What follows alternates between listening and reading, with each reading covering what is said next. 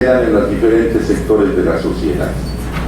Inicialmente, este foro es un espacio que se genera precisamente para establecer conceptos, para establecer ideas, para establecer líneas de orientación que permitan dar certidumbre ante esto que está pasando en el sector educativo.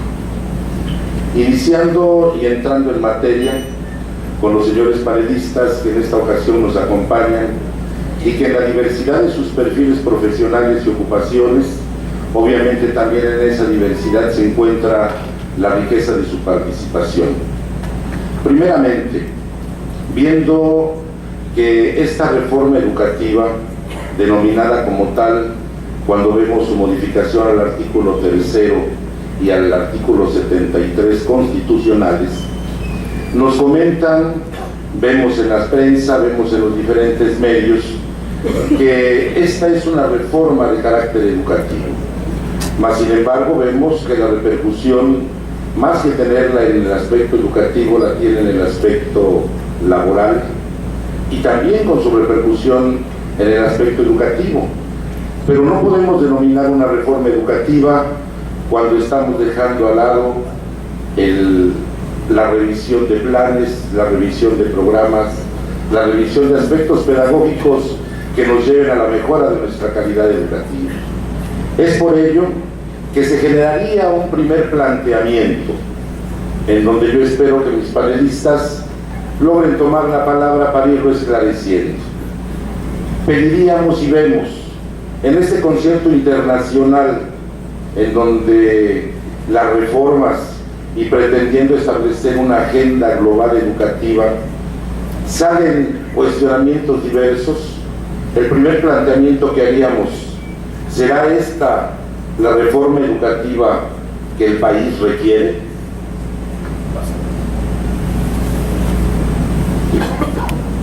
Maestro Víctor.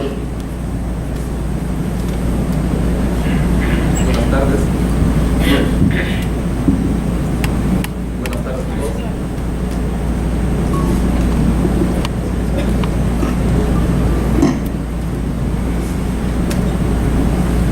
Muy buenas tardes a todos.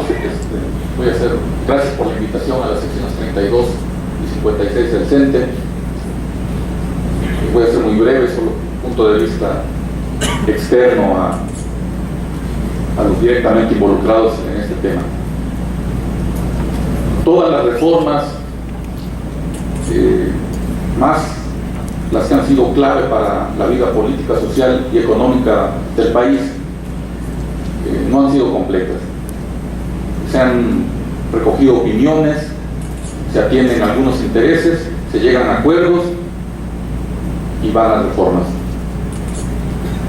También otro aspecto importante: ninguna de ellas ha dejado contentos a todos. En el caso concreto de las reformas educativas, hemos visto algunas aplicadas durante las últimas 4 décadas.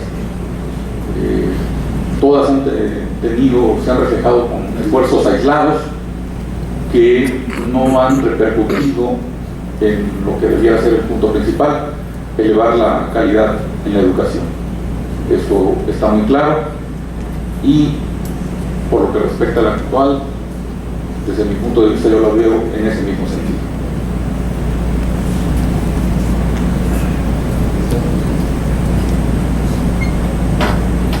Antes de entrar al tema, quisiera agradecer a los maestros de la sección 32, la sección 56, la oportunidad de que los abogados participemos en este importante evento.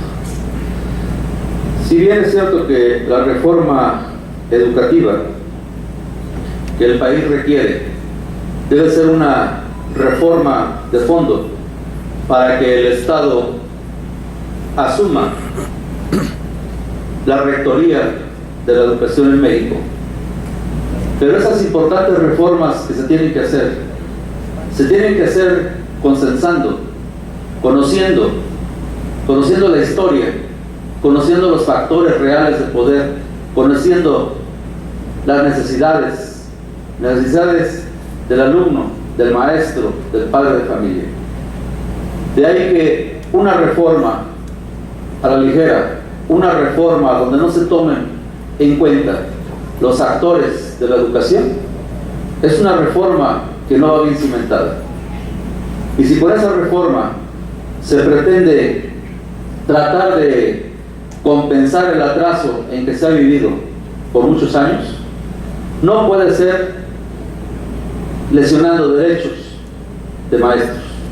Debe de ser una reforma de fondo, pero tomando en cuenta sobre todo los principios básicos como son la gratuidad de la educación, el laicismo, pero sobre todo preservando el nacionalismo, preservando los valores de la educación.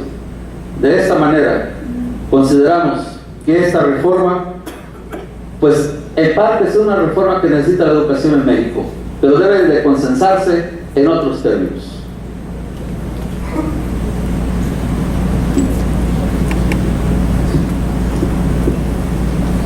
Como es de todos conocido, el fenómeno educativo es tan complejo que tratar de definir en 2 o 3 minutos y desde un punto de vista muy personal cuál es el tipo de reforma que requiere el país, pues resulta un ejercicio bastante pretencioso. Pero de manera general, sí podemos decir que México requiere, como ya lo mencionaron los 2 compañeros que me antecedieron en la palabra, de una reforma que sea fruto de consenso, pero no solo del consenso de las fuerzas políticas mayoritarias del país, ni del consenso de los grupos económicamente poderosos. Se requiere una reforma que tome en cuenta las opiniones, los puntos de vista de los demás actores sociales involucrados en la educación, de los padres de familia, de los académicos, de los colegios, de profesionales y, claro está, de los maestros y las maestras y la organización que les representa. Muchos de estos grupos sociales no fueron considerados al elaborar esta reforma, y eso es muy grave, porque solo con el consenso de todos los que estamos implicados en el quehacer educativo, la reforma puede aspirar a tener algún éxito. Yo creo también que México requiere y se merece una reforma que no sea aprobada de manera apresurada, como esta, que se aprobó en un mes. Yo creo que lo delicado y trascendente del tema obligaba al Congreso Federal y a los congresos de los estados a revisar en detalle el diagnóstico del cual se partió para elaborar esta iniciativa, a revisar en detalle cuáles son los fundamentos filosóficos e ideológicos en los que se sustenta, a que se les explicara cuáles son las investigaciones que dan sustento a cada uno de los planteamientos de esta iniciativa, y sobre todo se debieron analizar a fondo todas las consecuencias inmediatas, de mediano plazo y de largo plazo, que trae una reforma como la que recientemente se aprobó. Aparentemente no existía alguna necesidad de votar esta reforma en tan corto tiempo.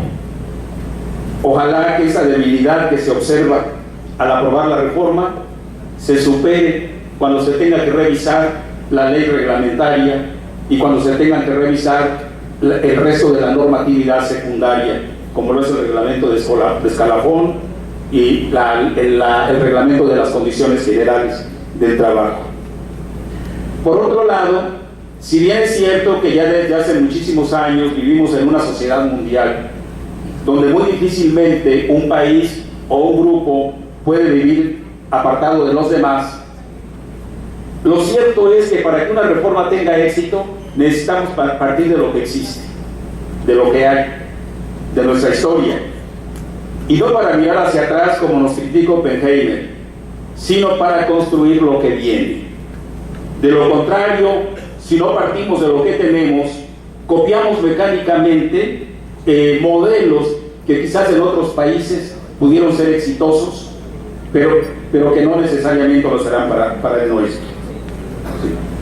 Para finalizar, Me gustaría parafrasear lo que el distinguido educador e investigador norteamericano William Charles Ayer dice con respecto a las reformas. Necesitamos una reforma donde con un proyecto viable exprese lo que la gente más privilegiada y sabia desea para sus hijos, de tal manera que esta sea la norma para los hijos de todos. En consecuencia, sin dejar de reconocer que pudiera haber algunos aspectos positivos en esta reforma, que ojalá pronto nos expliquen cómo se van a operar, no podemos dejar de afirmar que esta reforma es sectaria, es parcial, es apresurada, es incompleta, es insuficiente.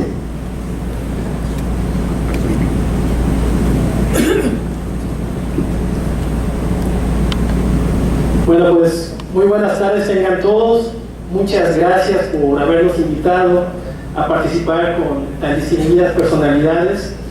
Muchas gracias a la sección 56 y a la sección 32, que le da apertura a nosotros los jóvenes, a jóvenes docentes, que nos preocupa y nos ocupa lo que en este tema refiere el día de hoy, que es la reforma educativa. A la pregunta concreta que realizaba el maestro de que si es esta la reforma educativa que el país requiere, de manera tajante, como jóvenes podemos afirmar que no. Es más, no la podemos llamar ni siquiera una reforma educativa, porque se quedan de lado, como bien lo comentaban los compañeros, programas, planes, actividades detonantes en el sector educativo, cuestiones cualitativas también. Y si uno observa este planteamiento de una manera fría, puede ver que solamente es un reordenamiento administrativo y presupuestal en materia educativa. Me explico por qué. La reforma educativa plantea ciertos aspectos fundamentales. El primero, la creación de un sistema profesional docente.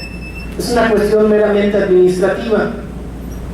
El Instituto Nacional de Evaluación para la Educación, la formación de ese instituto, es un reordenamiento nuevamente. El instituto ya lo tenemos, pero le brindamos otras facultades, cuestiones administrativas nada más. Ingreso, promoción y la permanencia en el servicio docente. Esa es una cuestión, si la vemos fríamente, plenamente presupuestaria, porque nos dice a quiénes les vamos a pagar, cuánto les vamos a pagar en función de las evaluaciones que vamos a llevar a cabo, y el tercer punto, hasta dónde les vamos a pagar, hasta cuándo. ¿Por qué? Porque te va a marcar una permanencia. La autonomía de la gestión en las escuelas es otra parte presupuestal únicamente, porque lo único que hace es desligar al Estado de la responsabilidad que tiene con la escuela pública. Cuestión presupuestal, ¿quién va a absorber este presupuesto? Los padres de familia. Todo este reordenamiento, porque así lo veo yo, administrativo y presupuestal, va matizado en propuestas que han retomado de compañeros docentes, como lo son las escuelas de tiempo completo, que es una propuesta de los maestros, que estamos conscientes que los alumnos tienen que desempeñarse de una manera más eficaz y eficiente dentro de los planteles, y para eso se requiere tiempo.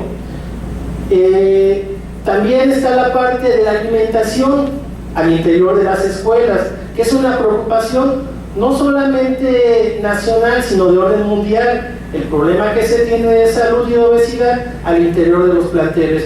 Entonces, pero creo que estos aspectos solamente son para matizar una cuestión administrativa y presupuestal que viene a ser no una reforma educativa como lo hemos marcado, porque no se ha tocado nada de educación, sino siempre sencillamente un ordenamiento de todos los que participamos en ella. Es cuatro.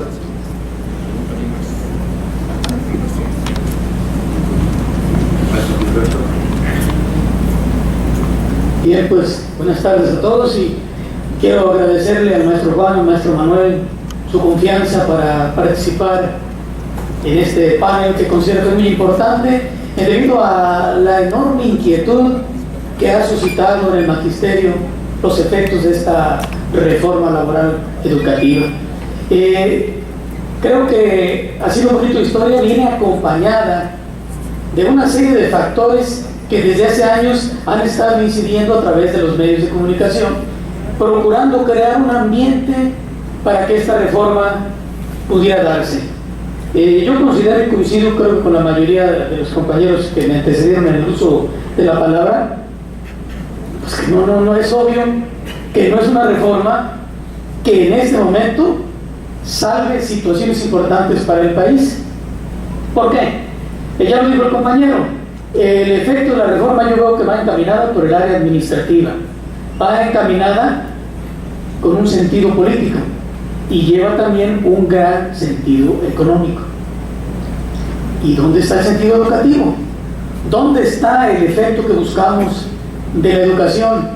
¿Dónde está la intención de hacer que la educación se convierta, como ya lo dijo Fox en el plan de trabajo que él presentó, que estuvo muy bonito filosóficamente, pero que se quedó en la nada, de convertir a la educación en un disparador del progreso social?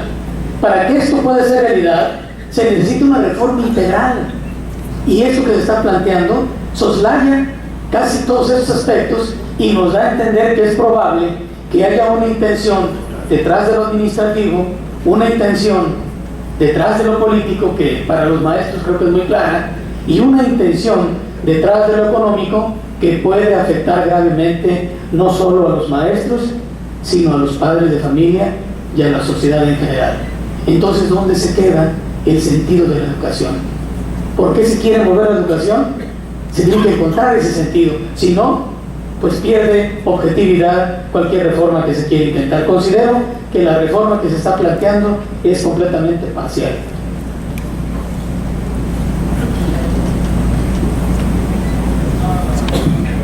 Sí, bueno, muchas gracias.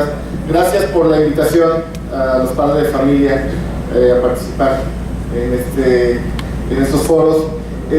Quise dejar mi participación a lo último de manera breve para conocer precisamente de las personas que están directamente involucradas en esta situación. Obviamente nosotros también lo estamos, sin embargo, también debo reconocer que en los aspectos, como comentaba mi compañero, administrativos, laborales de la reforma que plantea, estamos limitados, de acuerdo con el reglamento de asociaciones de padres de familia. Esos son términos que nosotros debemos respetar y respetamos. Y trabajamos actualmente precisamente en eso, en que los padres de familia conozcan todo este tipo de situaciones que les van a afectar y que los van a involucrar. Como padre de familia nos sumamos a cualquier esfuerzo que venga para el mejoramiento de la educación de nuestros hijos, porque somos, a final de cuentas, nosotros los que ponemos, si me permiten la expresión, la materia prima de las escuelas, ¿no? Son nuestros hijos los que están en las escuelas, son nuestros hijos los que van a verse también afectados, beneficiados por cualquier regla, por cualquier situación que se vaya promoviendo. Repetida, nos sumamos a cualquier esfuerzo que sea en beneficio de la educación de nuestros hijos. Nosotros, padres de familia, no conocemos ni de ideologías partidistas, no conocemos, no tenemos colores.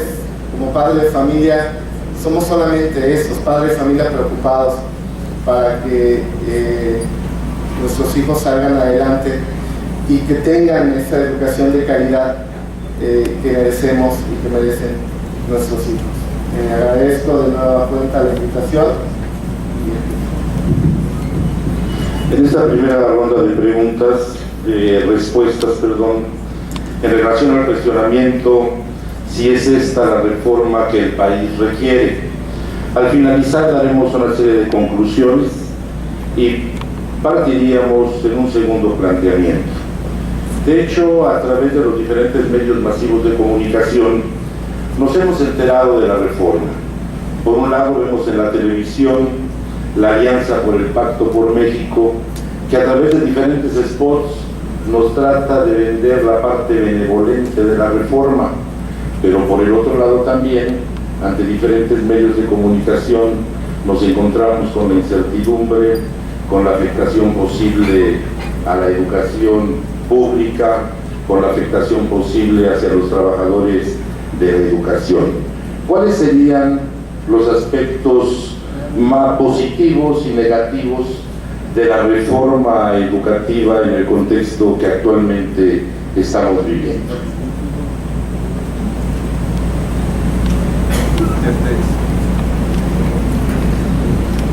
Sí. Desde mi punto de vista, hay un aspecto que pudiera considerarse más importante de esta reforma, pero que a la vez, en una situación paradójica, resulta en una situación que ha generado muchísima inquietud: la evaluación. La evaluación a quien aspira a ser maestro y la evaluación a quien ya ejerce como tal. Yo no veo negativo que se evalúe tanto a quien tiene aspiraciones de ser maestro, como que tampoco veo negativo que se evalúe a quien ya está realizando la labor de profesor. Al contrario, es algo positivo. La situación es cómo va a ser esa evaluación. Pues si un día se va a sentar al maestro, al profesor, y le van a decir: mira, aquí está un examen, respóndelo, y con base a este resultado estándar se te evalúa.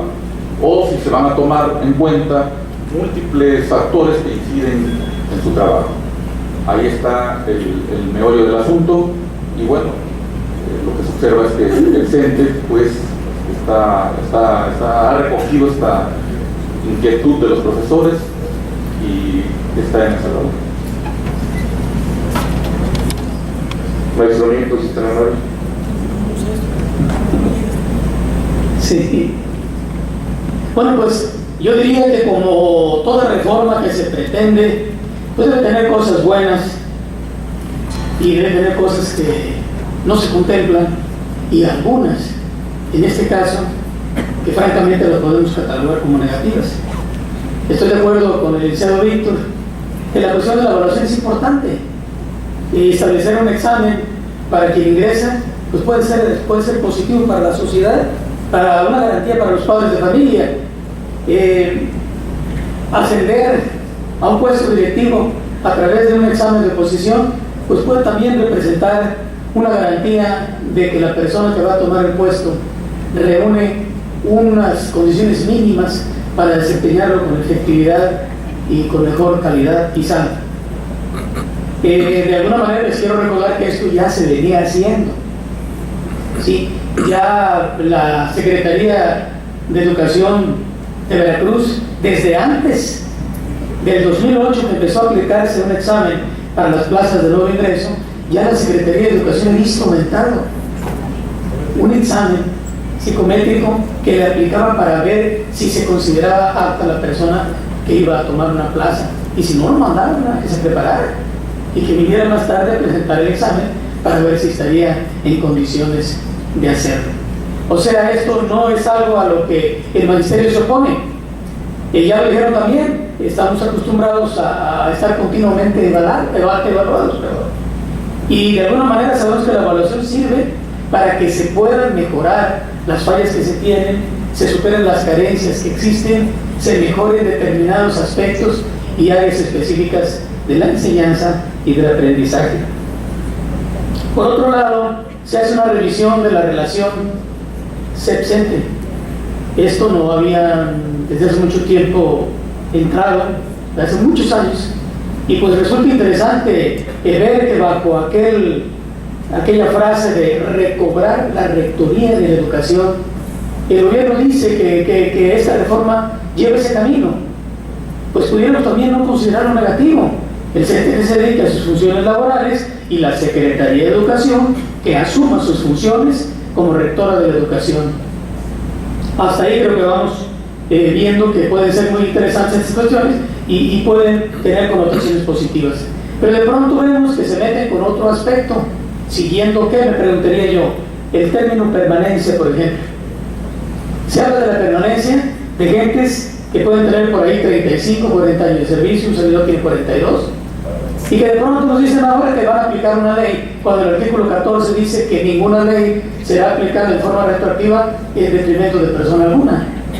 Entonces, un acuerdo constitucional pretende irse por encima de otro acuerdo constitucional. Además, estaríamos revisando el artículo 123, apartado B, en la Ley Federal de los Trabajadores al Servicio del Estado, en donde establece cantidad de cosas que en esta ocasión se están atropellando. Claro, quizá nos adelantemos, porque todavía nos falta ver qué se propone para la ley reglamentaria del artículo 3 y, lógicamente, cómo van a casar, cómo van a unir, cómo van a vincular esas reformas con el apartado B del artículo 123 constitucional.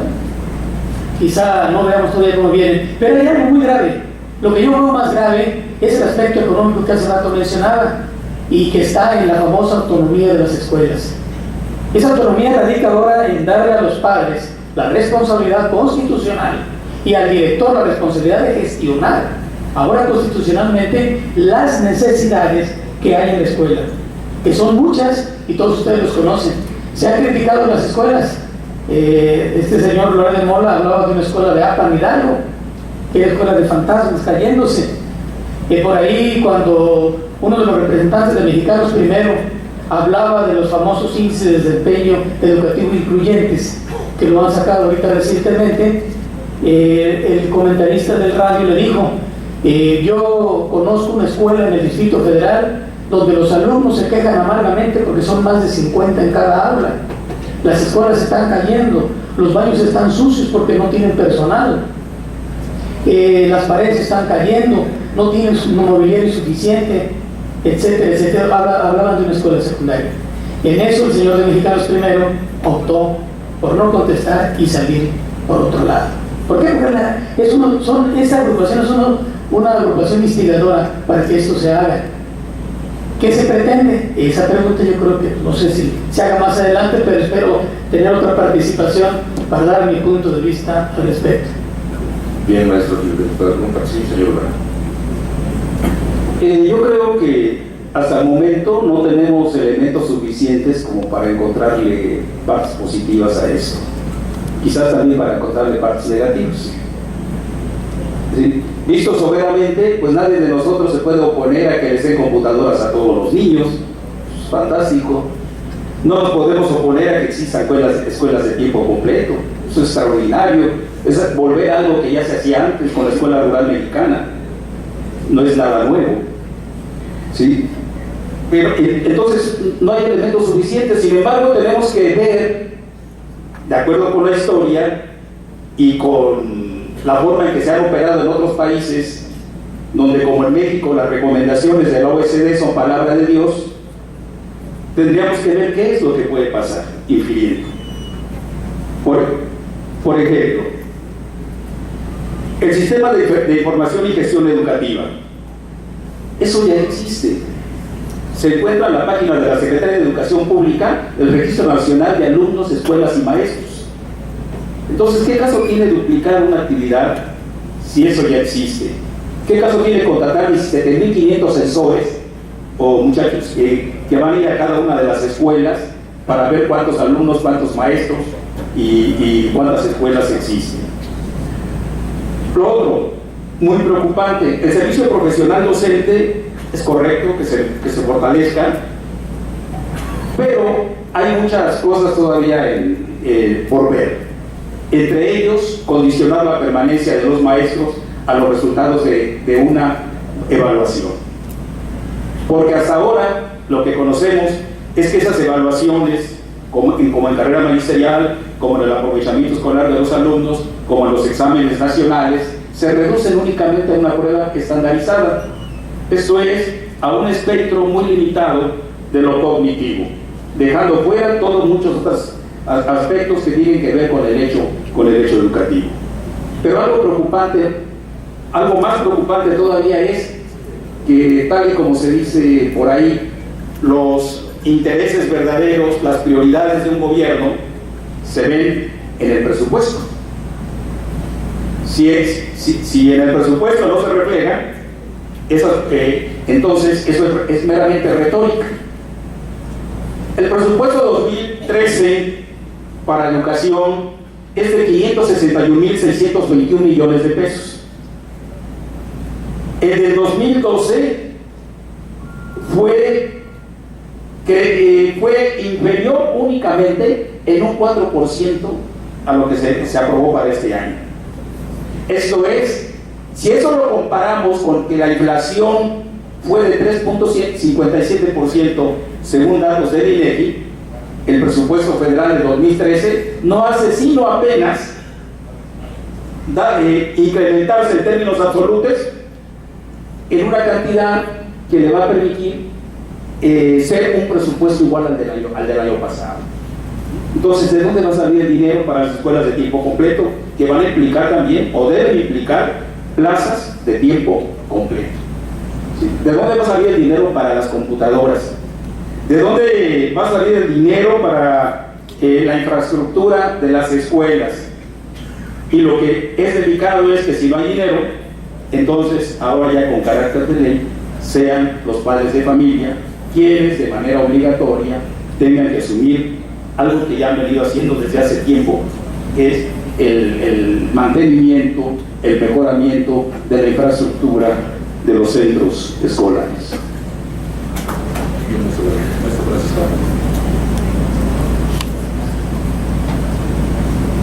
Muchísimas gracias.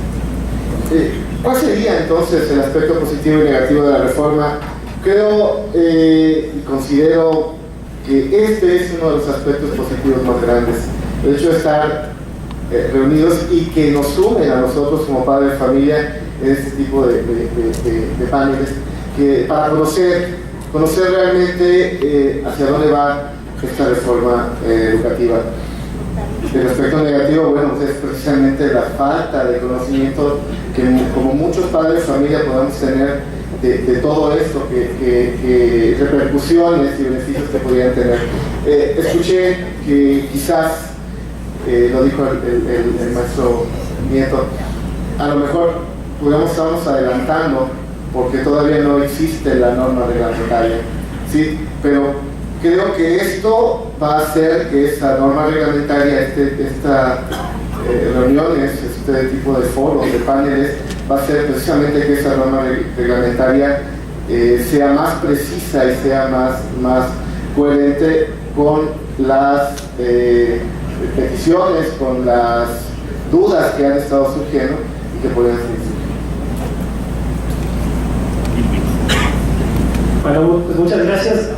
Coincido, me ganó un poquito. Creo que la parte positiva es esta, estar aquí reunidos todos, intercambiar los puntos de vista, involucrándonos y sacándonos del letargo que tal vez teníamos, maestros, padres de familia, autoridades, hacer una conciencia de que nuestra labor la tenemos que realizar de una manera eficiente y ética, organizaciones sindicales también, actuar de una manera responsable y principalmente despertarnos esa pregunta de hacia dónde vamos encaminados como país, hacia dónde van nuestras políticas de país en materia educativa.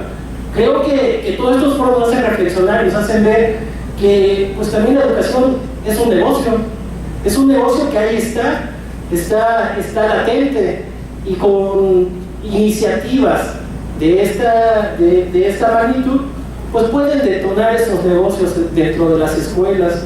Creo que también deja de haber una política neoliberal que tiene el país, que tiene tendencia en nuestro país, un capitalismo que más que preocuparnos, creo que debemos de instruirnos y no descartar al ser humano en materia educativa como una parte integral, ¿no? No solamente con fríos indicadores, sino negativo que vemos que se da al marco de esta reforma educativa es cómo se da, en qué entorno se da, qué tan rápido se está gestando esto, y como ya lo planteamos anteriormente, sin ningún consenso de todas las partes, que tenemos que ver en materia educativa, que al final de cuentas somos todos, ¿no? Entonces, aspectos negativos, positivos los hay. Creo que lo importante aquí es la reflexión. Mencionaban algo muy atinado. Estamos a tiempo de participar, de alzar la mano, porque todavía no hay un reglamento, no hay una ley reglamentaria, pero es oportuno hacer valer lo que nosotros pensamos, y precisamente es a través de esta lluvia de ideas que creo que aportamos a esta nueva dinámica. Pues, es cuarta.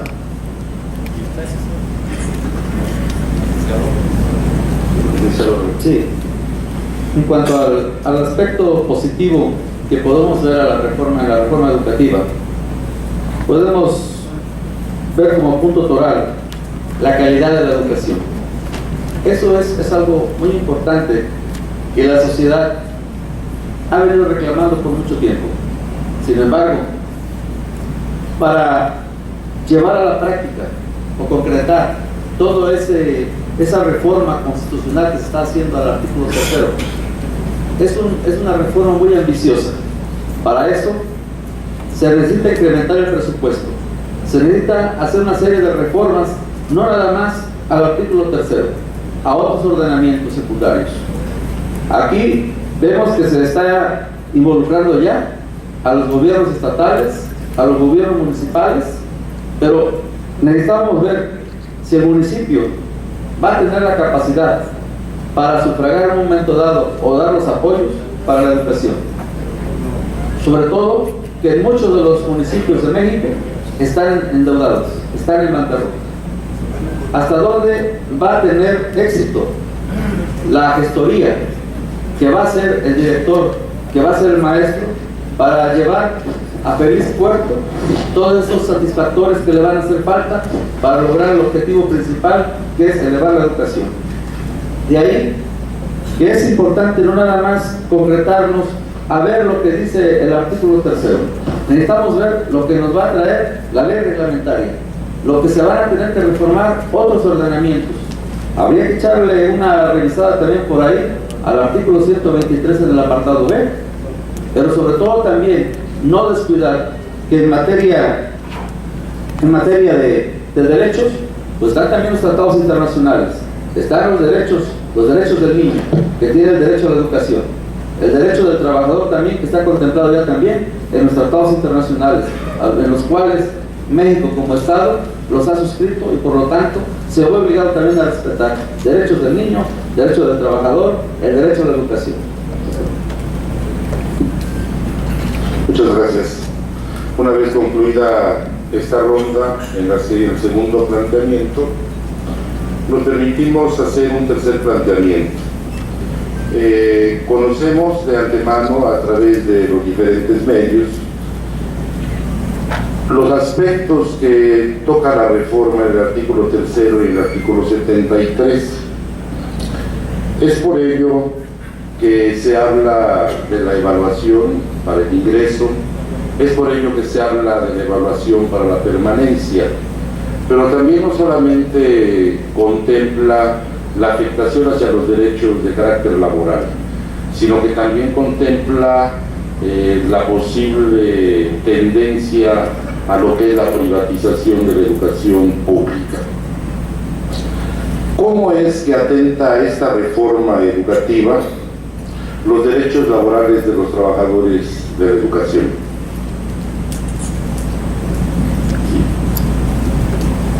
Bueno, en los términos que está redactado el artículo 3 de la Constitución, que hoy comentamos, vemos que es una reforma de una manera general.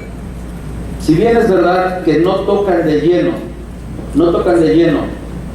o en abierto los derechos del trabajador, sin embargo, vemos que se le está dejando a la ley reglamentaria, precisamente ya de una manera más concreta y más abierta, cómo se van a ir relacionando estos derechos. Es muy cierto lo que comentaban las personas que me antecedieron y que están más involucrados en el aspecto educativo. Hay conquistas, hay derechos ganados, hay derechos reconocidos, que sin embargo, a la luz de esta reforma al artículo 3 de la Constitución, se ven amenazados. De ahí que es importante esperar a que se legisle o que se haga la ley reglamentaria del artículo 3 para precisamente ver hasta dónde se está lesionando en el fondo los derechos de los trabajadores. Sin embargo, ya están puestos ahí en alerta los mecanismos. ¿Por qué? Porque si ya estamos previendo por ahí que se está condicionando la permanencia del maestro si no acredita una evaluación que se le va a hacer, desde ahí ya hay un atentado en contra de este derecho. De ahí que habría que esperar la ley reglamentaria para poder enfocar en la defensa a través de los órganos jurisdiccionales el combate a ese artículo que va a lesionar el derecho del trabajador de la educación.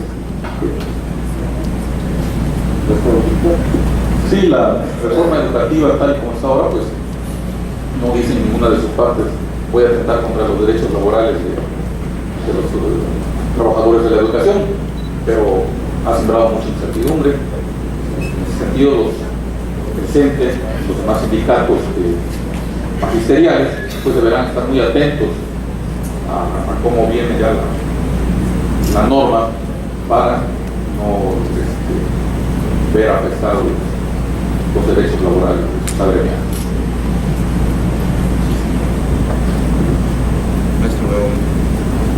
Es muy cierto lo que se ha mencionado, de que no sabemos ahorita con claridad si nos va a afectar o no, hasta que no sea la ley reglamentaria. Pero tenemos que ver la historia. Primer punto, ¿quién promueve esta reforma? Esta reforma viene de fuera. Forma parte de las recomendaciones de la Organización para la Cooperación y el Desarrollo Económico. Forma parte de las propuestas de la Organización Mundial de Comercio, del Banco Mundial. Entonces hay que identificar de dónde viene. No es algo local, no partió de aquí. Segundo, tenemos que ver cómo ha operado esto en otros países donde la OECD ha impuesto este tipo de modelos de incorporación, permanencia y promoción en el servicio educativo. Por ejemplo, cómo lo trabajan en Singapur. Los maestros para incorporarse se evalúan, para permanecer se evalúan y para promoverse se evalúan. En el punto de la permanencia, derivado de los resultados de la evaluación, el 3% de su plantilla se renueva año con año. Si hablamos de que en México hay aproximadamente 1 millón de trabajadores de la educación, el 3% son 30,000 profesores que, si se aplica mecánicamente este modelo de la OECD, tendrían que abandonar el servicio. Otro modelo también idéntico en Puerto Rico. En Puerto Rico también existe carrera magisterial, nada más que ya tiene carácter de ley. No es un sistema de estímulos, es un sistema que contempla los 3 grandes momentos de la vida laboral de un docente: su incorporación, su promoción y su permanencia. En Puerto Rico la ley establece que el profesor se evalúa y si los resultados no le son favorables, se le da una segunda oportunidad con la obligación de capacitarse. Se capacita 1 año y nuevamente se evalúa, y si nuevamente los resultados no le son favorables, se le da una tercera oportunidad, pero sin salario. Y si en esa tercera oportunidad reprueba, automáticamente causa baja del servicio. Este es el modelo de la OECD. Lo vamos a ver también en Corea del Sur. Pero no todo el mundo opina como la OECD. Ya hay un planteamiento del jefe de la Oficina Regional para América Latina y el Caribe de la UNESCO, que avala la reforma educativa que se está impulsando aquí en México, pero hace una acotación. Dice: la evaluación no debe verse como un instrumento para castigar o para despedir. Ahí hay una contradicción. Y qué bueno que lo diga la UNESCO, porque en los últimos años tal parece que quien dirige la educación de los países como el nuestro ya no es la UNESCO, ya no es quien orienta, sino quien orienta es la Organización para la Cooperación y el Desarrollo Económico. La UNESCO propone que en lugar de castigar o despedir a los maestros, la evaluación se siga utilizando, o los resultados de la evaluación se sigan utilizando para mejorar la calidad de los docentes, para promocionarlos e incluso para protegerlos dentro del grupo. Esperemos que en la ley reglamentaria predomine el punto de vista de la UNESCO y no el de la Organización para la Cooperación y el Desarrollo Económico. Si predomina el criterio de la OCDE, naturalmente que se van a vulnerar los derechos laborales de los trabajadores.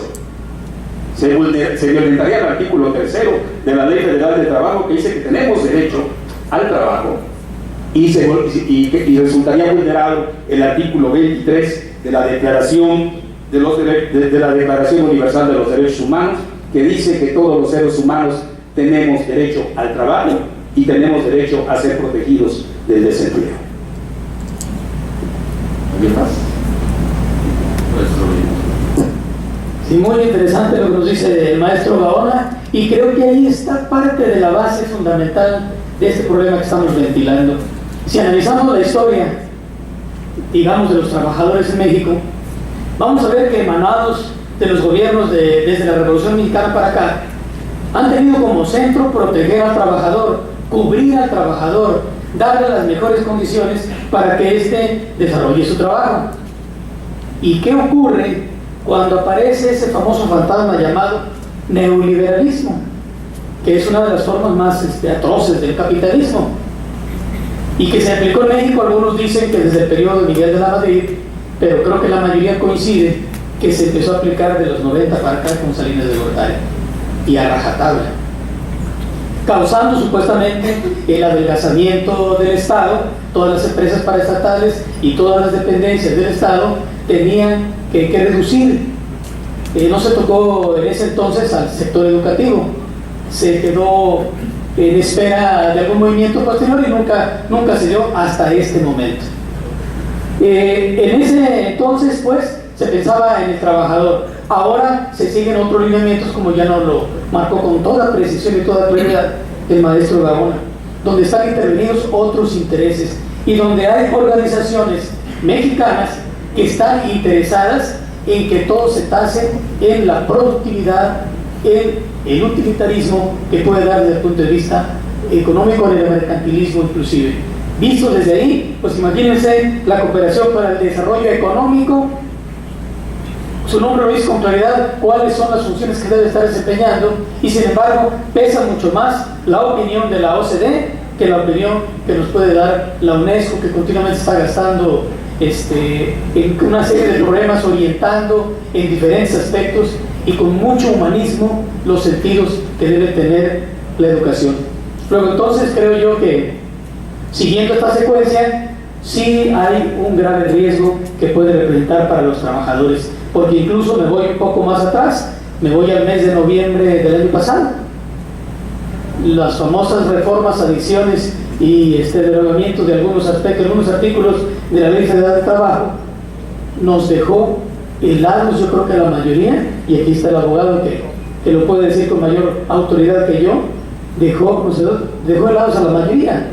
Y si se dan cuenta, hay cierta tendencia en esto comparado con aquello, de donde podemos inferir que si no se revisa esa famosa propuesta de la ley reglamentaria con toda precisión y toda claridad, y hacernos lo que tengamos que hacer, diciéndole a la sociedad, diciéndole a los diputados de todas las legislaturas, incluso si es posible llegar hasta el Congreso de la Unión, para que se revise con claridad, se revise con un ánimo justo, equitativo, el aspecto referente a los derechos de los trabajadores.